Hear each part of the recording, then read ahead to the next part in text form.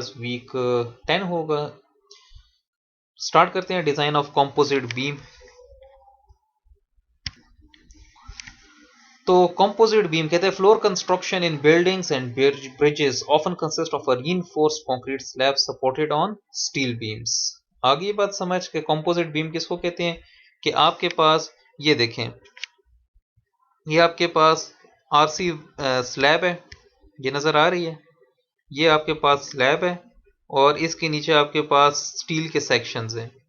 अब इनमें से कौन सा कॉम्पोजिट है? कहते हैं देखिए ये वाला जो है ये नॉन कॉम्पोजिट है। एरो नजर आ रहा है ना, आपको कह रहे हैं नॉन कॉम्पोजिट, क्योंकि इसका और आरसी स्लैब का कोई आपस में कनेक्शन नहीं है।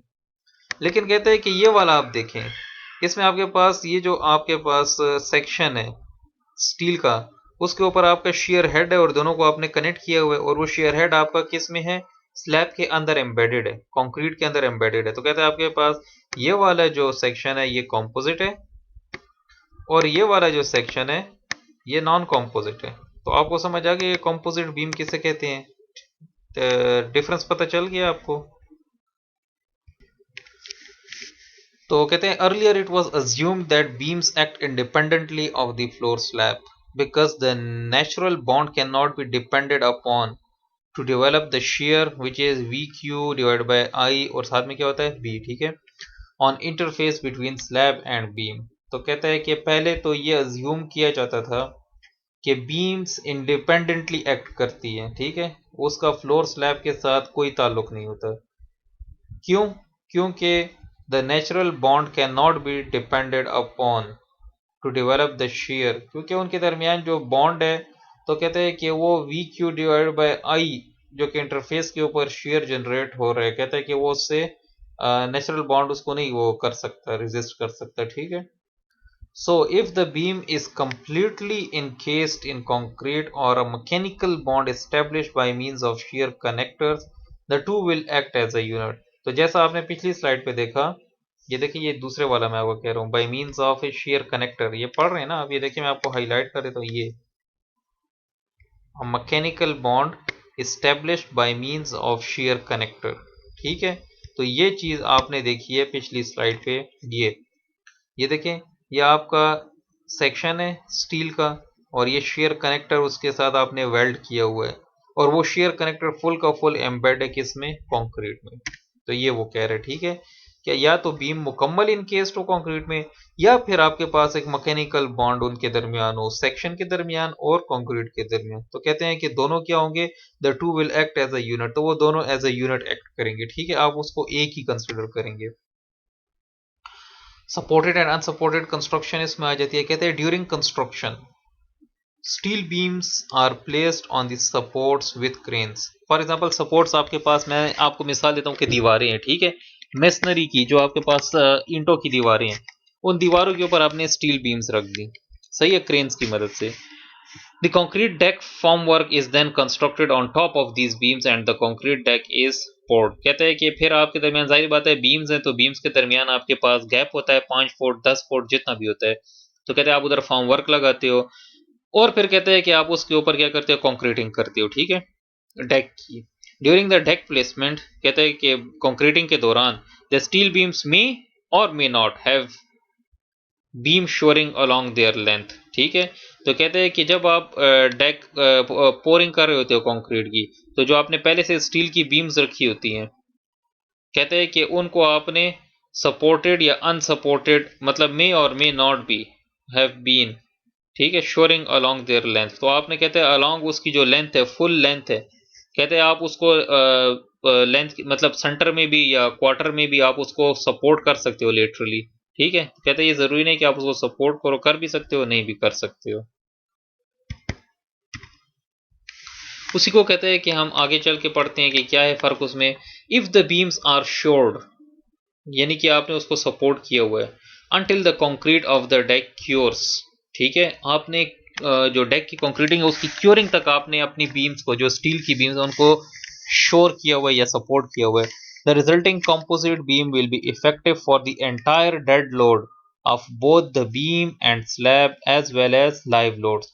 तो कहते हैं कि इस कंस्ट्रक्शन में जो आपके पास रिजल्ट आएगा, जब आप सब कुछ हटाएंगे, फॉर्म वर्क वगैरह हटाएंगे, तो कहते हैं ये जो आपके पास कंपोजिट इफेक्ट बन रहा है बीम और ऊपर जो उसके स्लैब है, तो कहते हैं कि ये किस चीज को रेजिस्ट करेगा, सारे का सारा डेड लोड और लाइव लोड सबको रेजिस्ट करेगा, सपोर्टेड। ठीक है, if the beams are unshored unsupported during construction, ठीक है, then the steel beam by itself must support its own dead load and the composite beam section will only be effective for the dead load of the deck and live loads।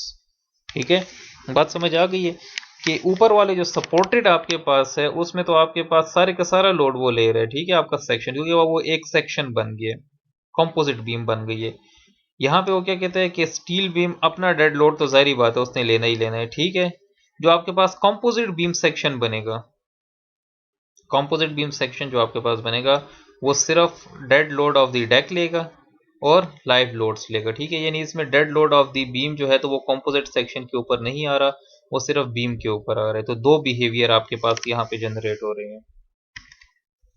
Further उसको explain करते हैं, कहते हैं normally the cost of shoring is not practical when compared with the small increase in material cost required for unsupported construction unless the method of construction is definitely known, assume that unsupported construction methods were used। ठीक है, तो कहता है कि आम तौर पे आपके पास शोरिंग की जो कॉस्ट है वो प्रैक्टिकल नहीं है when compared with the small increase in material cost required for unsupported construction। ठीक है, तो कहते हैं unsupported constructions में आपके पास जो मटेरियल कॉस्ट है उसमें थोड़ा सा इजाफा हो जाता है, ठीक है, लेकिन जो आपके पास शोरिंग की कॉस्ट है वो बहुत ज़्यादा है।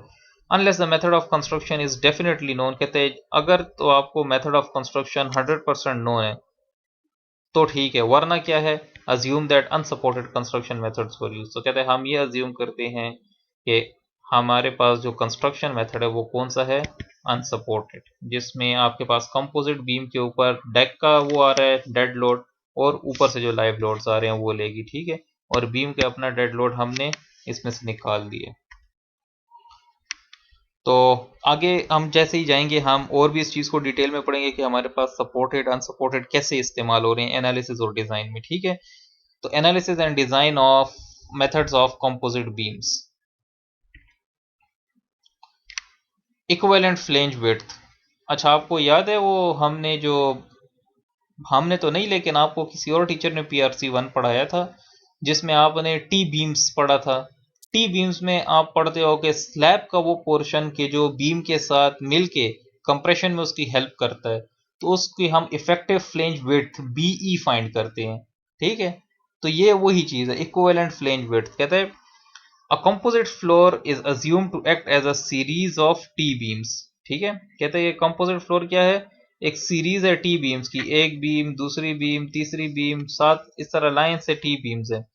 The beams are analyzed by transforming the effective cross-sectional area of concrete slab into an equivalent area of steel by the use of modular ratio। Again ये वही कॉन्सेप्ट है जो कि आपका PRC 1 का कॉन्सेप्ट है। वो किस तरह कि आप जब कंक्रीट में आपने PRC 1 में पढ़ा होगा, अगर नहीं पढ़ा तो मैं आपको अभी भी रेफर करूंगा कि आप नेल्सन की बुक उठाएं और उसमें आप बीम डिज़ाइन जहाँ पे वो स्टार्ट करता है तो वहाँ पे वो आपको बताता है ये बीम डिज़ाइन, हाँ बीम डिज़ाइन भी ठीक है, फ्लेक्सुरल डिज़ाइन ऑफ बीम, जहाँ पे आप वो विटनेस ब्लॉक और वो सब कुछ पढ़ते हैं। तो शुरू पे वो आपको बताता है कि जब आप कंक्रीट को रिप्लेस करते हैं स्टील के साथ तो अब जाहिर बात है कि कंक्रीट की जो स्टिफ वो है मॉड्यूलस ऑफ इलास्टिसिटी है वो स्टील की मॉड्यूलस ऑफ इलास्टिसिटी से बहुत कम है, ठीक है। स्टील की अगर अबाउट 29,000 है तो कंक्रीट की सम हाउ 3,000 या 4,000 होगी, तो आपके पास बहुत बड़ा डिफरेंस है। तो वो कहते हैं कि आप इसको कैसे जस्टिफाई करते हैं कि दो आपके पास अलग अलग स्टिफनेस के या इलास्टिसिटी मटेरियल्स हैं और उनको आप एक जगह पे रख रहे हैं। तो फिर वहां पे आपके पास ये एक फैक्टर है जिसको हम N कहते हैं, मॉड्यूलर रेशियो, कि दोनों के दरमियान जो डिफरेंस है, इलास्टिसिटी का डिफरेंस है या स्टिफनेस का डिफरेंस है, ठीक है, इसके बेस पे आप कहते हो कि हमने इतने अमाउंट में स्टील को कंक्रीट को रिप्लेस किया स्टील से। यानी कि अगर आपने 3 स्क्वायर इंच स्टील डाली है तो इसका मतलब कि N मल्टीप्लाई बाई 3, तो फॉर एग्जांपल N अगर आपके पास है 7 तो अगर आपके पास वहां पे 21 स्क्वायर इंचेस कंक्रीट हो तो वो उसके बराबर जो है तो वो आपको काम देगी, ठीक है। ये उसकी खातिर है, आपको समझाने की खातिर है। So the beams are analyzed by transforming the effective cross-sectional area of concrete slab into an equivalent area of steel, ठीक है। तो वही जो बात मैं आपको समझा रहा हूँ, ये आप अगर नेल्सन की बुक पे चले जाएं, फॉर एग्जांपल मैं आपके लिए नेल्सन की बुक खोल लूँ, ये ले मैं आपके लिए नेल्सन की बुक खोलता हूँ, और अब इसमें मुझे ढूंढना पड़ेगा आपके लिए वो पॉइंट। तो मैं चला जाता हूँ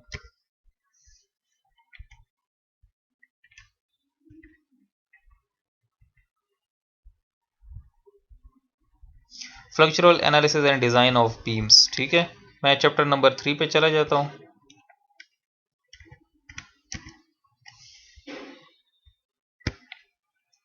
flexural analysis and design of beams. तो ये देखें, ये आपके पास नेल्सन की बुक है। आई डोंट नो आप लोगों ने कभी इसको खोल के पढ़ा भी है कि नहीं, तो अभी भी पढ़ लें, बड़ा काम आएगी आपको। बेंडिंग ऑफ होमोजीनियस बीम्स, ठीक है। ये देखिए, ये आपके पास किस तरीके से डायग्राम है, स्ट्रेस स्ट्रेन डायग्राम जिसको आप यूज़ करते हैं। Flexural formula, share formula, reinforce concrete beam behaviour. ये देखिए आपके पास कैसे इसको आप फिर रेक्टेंगुलर ब्लॉक में कन्वर्ट करते हैं। ये है, ये वो चीज़ है जो मैं आपको समझा रहा था वहां पे, कि देखें असल में तो आपके पास देखिए एक रेक्टेंगुलर सेक्शन होता है ना, कि नहीं, ठीक है। तो कहता है कि अगर आपने 3 बार्स दिए हैं, तो अब आपने इस जगह पे जो कंक्रीट को रिप्लेस किया, तो देखो वो तो सिर्फ ये 3 बार्स की कंक्रीट आप रिप्लेस कर रहे हैं ना, ठीक है। लेकिन ये जो कंक्रीट है इसकी स्टिफनेस कुछ और है, या इलास्टिसिटी, और इस स्टील की इलास्टिसिटी कुछ और है। तो इसका मतलब ये है कि आप ये जो मॉड्यूलर रेशियो एन है, ठीक है, इसको मल्टीप्लाई करें किसके साथ, जो आपके पास कंक्रीट है उसके साथ, ठीक है। तो उतनी कंक्रीट जो है तो आपके पास यहाँ पे यूज हो रही है, इस ये स्टील उतनी कंक्रीट के इक्विवेलेंट यहाँ पे यूज हो रहा है, ठीक है। और ये आपको यहाँ पे क्या दे रहा है, स्ट्रेंथ प्रोवाइड कर रहा है। तो ये मॉड्यूलर रेशियो आपके पास इस तरीके से इस्तेमाल होती है। फर्दर आप इसको पढ़ें डिटेल में जाके। ये देखें, ये आपके पास वही आपके पास मॉड्यूलर रेशियो की बेस पे आप इंशाल्लाह इसको बहुत अच्छे तरीके से समझ जाएंगे। ये देखें यहाँ पे भी वही n into A S. n into A S का क्या मतलब है, अगेन कि आपके पास अगर एरिया ऑफ स्टील कितना होता, फॉर एग्जांपल 3 स्क्वायर इंचेस, तो n से मल्टीप्लाई करें 3 को तो कितना बनता है 21। तो उसी जगह पे आपने 3 स्क्वायर इंच स्टील की जगह आप 21 स्क्वायर इंच कंक्रीट प्रोवाइड करें, तो वो आपको सेम रिजल्ट देगा। इसका ये मतलब है, ये मैं आपको पीछे उस लेक्चर में भी बता चुका हूँ, ठीक है, कि n इंटू ए एस हम क्यों करते हैं।